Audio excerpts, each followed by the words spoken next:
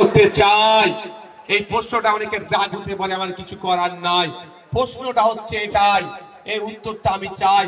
প্রশ্নটা আপনাদের করছি, যেটাই ওয়াকফ সংশোধনী আইন করে কেন্দ্রের বিজেপি সরকার বকলমে আপনার মসজিদ, আপনার মাদ্রাসা, আপনার ঈদগাহ, আপনার কবরস্থান কেড়ে নেওয়ার অপচেষ্টা চালাচ্ছে। আর সেখানে মমতা ব্যানার্জি বলেছিলেন, আমি থাকতে পশ্চিম বাংলায় এই আইনকে লাগু হতে দেব না। কিন্তু মমতা ব্যানার্জি এই কেন্দ্রের বিজেপির আইনকে মেনে নিল। আপনার এলাকার লোকাল বিধায়কের ভূমিকা কি? আপনার মাদ্রাসা বাঁচানোর জন্য, আপনার মসজিদ বাঁচানোর জন্য, আপনার কবরস্থান বাঁচানোর জন্য, আপনার ঈদগাহ বাঁচানোর জন্য কোনো ভূমিকা আছে? আপনি ওই জনপ্রতিনিধিকে লাভ কিছু হবে? আমি আপনাদের জানিয়ে যাই, আপনার বিধায়কের উচিত ছিল সুপ্রিম কোর্টে গিয়ে একটা মামলা করা। ভাঙড়ের বিধায়ক নওশাদ সিদ্দিকী সুপ্রিম কোর্টে গিয়ে মামলা করেছে। আপনাদের মাদ্রাসা, আপনাদের মসজিদ, আপনাদের ঈদগাহ এখনো যে যতটুকু সুরক্ষিত আছে অন্য কারোর জন্য নয়। আমাদের মতো গুটি কয়েক মানুষ যারা মামলা করে এখনো পর্যন্ত টিকিয়ে রেখেছে। মাথায় থাকবে তো নাকি? না ভুলে যাবে?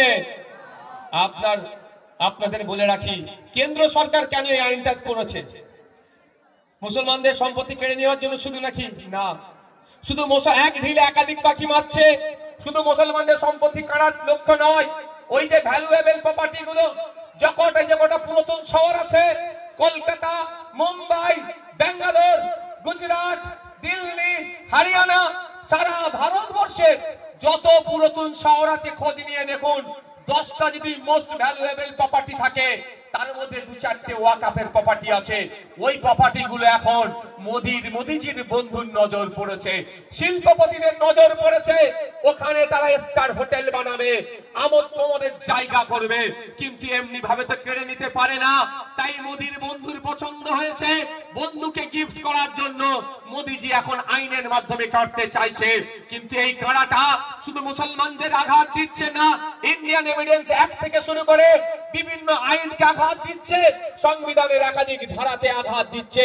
তাই আমরা সংবিধান প্রেমী মানুষেরা সংবিধানকে প্রোটেক্ট করার জন্য, রক্ষা করার জন্য এর যেমন প্রতিবাদ করছি, কিন্তু আমরা আগামী দিনেও দেখছি আজকে এরা ওয়াকফের সম্পত্তি লুট করছে, কালকে এরা গুরুদুয়ারা সম্পত্তি লুট করবে, পরশুদিন এরা জাহের খানের সম্পত্তি লুট করবে, তারপরের দিনে এরা গরম খানের সম্পত্তি লুট করবে, তারপরের দিন এরা গির্জার সম্পত্তি লুট করবে, এরপরে তারা হিন্দু সমাজের ধর্মীয় সম্পত্তিগুলোকে, এই মন্দিরের দেবীর নামে সম্পত্তিগুলোকে লুট করার চেষ্টা করবে।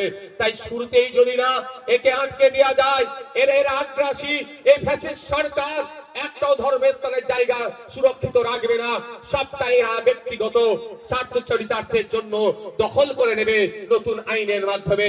গত কয়েকদিন আগে দেখছিলাম যে বিভিন্ন পেপার পত্রিকাতে, বিভিন্ন সোশ্যাল মিডিয়ার মাধ্যমে দেখতে পাচ্ছিলাম যে আরএসএস এর সদর দপ্তর দিল্লিতে আছে, তাদের গাড়ি পার্ক করার মতো জায়গা আর পাচ্ছিল না।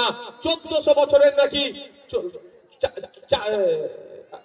140 বছর, প্রায় 140 বছরের, সরি 1400 নয়, 140 বছরের পুরাতন একটি মন্দিরকে তারা ভেঙে চুরমার করে দিয়ে, উড়িয়ে দিয়ে ওই জায়গাটাকে খালি করে এদের গাড়ি পার্কিং এর জায়গা করছে।